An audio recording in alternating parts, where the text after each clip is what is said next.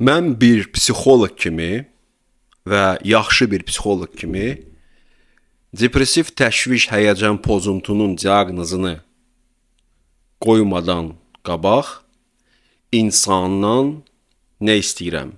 Getsin və maqneziuma, dəmirə, sinka, B6, B9, B12 və D3 vitaminlərə analizin versin.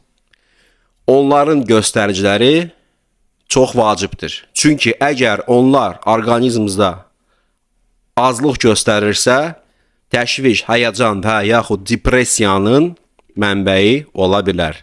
Və çox təəssüf ki, həkimlərimiz çoxu psixiatrlar, psixoterapevtlər, endokrinoloqlar, bilavasitə olan başqa bir sahədən olan həkimlər bu nəticələri araşdırmırlar və insanı analizə göndərmirlər. Və başlayırlar psixoterapiya vasitəsilə psixoloqla danışmaq və s. və s. Amma bu kömək etmir. Etməyəcək də. Çünki öncədən biz hormonal və vitamin faktorlarla üzləşməliyik. Sonra isə ola bilsin ki, fizioloji hansı bir səhətlər var və onları aşkar etməliyik. Tutalım ki, osteoxondroz. Tutalım ki, insanın döş qəfəsində sinir tutuşub, osteoxondroz var.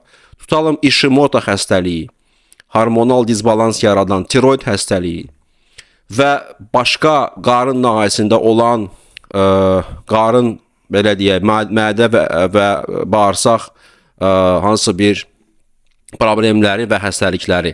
O da biruzə verə bilər.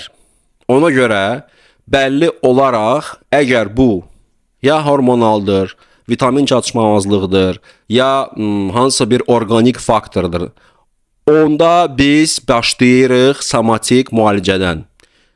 Burada həm dərman, həm diyeta, həm belə deyək, vitaminlər qəbul etməyə bir ay ərzində əgər dəyişmə olmasa, deməli burada genetik faktor araşdırmalıyıq. Genetik faktor nədən ibarətdir? Təşvişli olan ana. Uşaq ana bətlində təşviş, həyəcan impulslarını almışdı.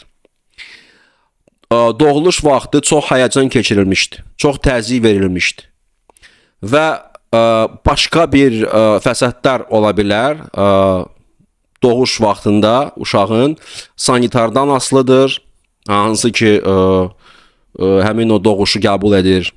Həkimdən asılıdır, mama ginekoloqdan asılıdır. Həmin anasının, belə deyək, hormonal vəziyyəti və s. Bunlar hamısı çox vacibdir.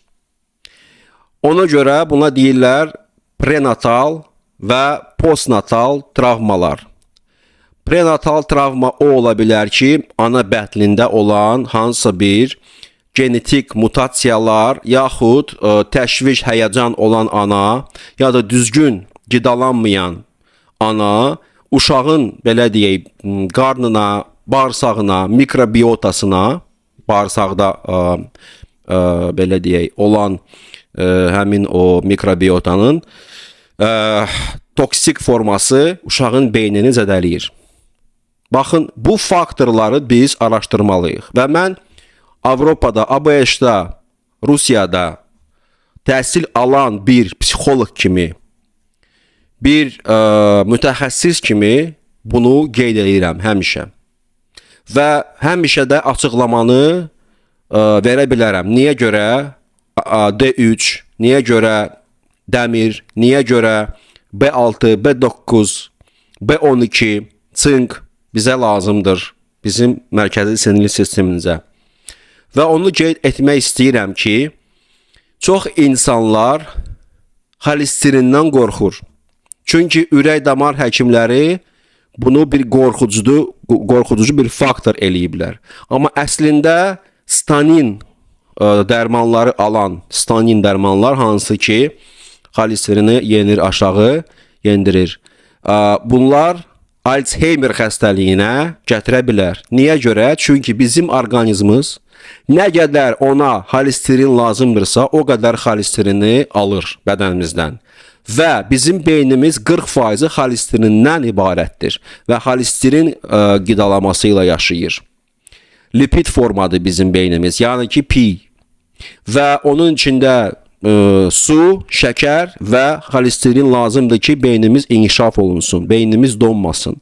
Amma odur ki, biz xolesterini aşağı yenirik, beynimiz qidalanmır və ona görə Alzheimer xəstəliyi gəlib çıxa bilər. Bu birinci faktordur və Alzheimerdən də qabaq ortalıq problem odur ki, insan təşviş, həyəcana düşə bilər. Bəli, çünki beyin qidalanmayanda, beyin normal belə deyək, dərəcədə şəkər almayanda, xolesterin almayanda hipoglikemik kriz yaşayır. Hipoglikemik kriz. Bu isə insana təşviş, həyəcan, həm də ki titrəmələr verə bilər, diksənmələr verə bilər, axşamlar yatmamaq və s.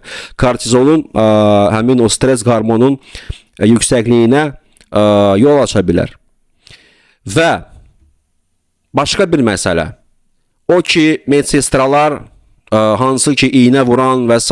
xəstəxanada və s. deyir ki, dəmiriniz azdırsa, gəlin dəmir sistem qoyaq. 3 gün, 4 gün dəmir sistemi qoyaq. Bu da çox pis şeydir. Dəmiri gərək biz qidadan ya da ki, əlavə bir ədviyyətlərdən və s. ala bilərik. Yəni vitaminlərdən də ala bilərik. Dəmir əgər vurulursa damarımıza sistem tərəfindən, o mədə bağırsaq sistemini pozur, həm də ki xoralı kolit və xoralar yarada bilər bağırsaqda və qarnımızda.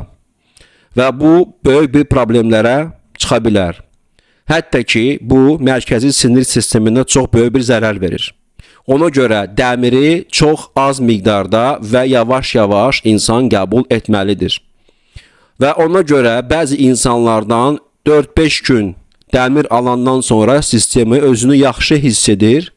Amma 1-2 həftədən sonra görür ki, onun sidiyi qaralır, görür ki, onun baş ağrıları çoxalır, yuxusuzluq yaranır və s. Və qarın mədə pozuntusu, yəni ya sulu gedir, ya da ki qəbzlik yaşayır. Baxın, bunları heç kim demir, bunları heç kim aydınlaşdırmır və araşdırmır. Nə gəldi, belə deyək də, ənənəvi medisinadan onu istifadə edirlər. Çünki protokollar var. Amma protokollar çoxdan dəyişilib. Bugün gastroenterologiya bir elm kimi уже gastroenterologiya deyil, neyrogastroenterologiyadır. Bugün gastroenterologiyada insanın əgər mədə bağırsaq problemləri varsa, bəli, qıcıqlanan bağırsaq belə deyək, pozuntusu varsa, insana antidepressant yazılır. İnsana təşvişə qarşı, anksiyetə qarşı dərman yazılır. Bəli, protokol üzrə. Hətta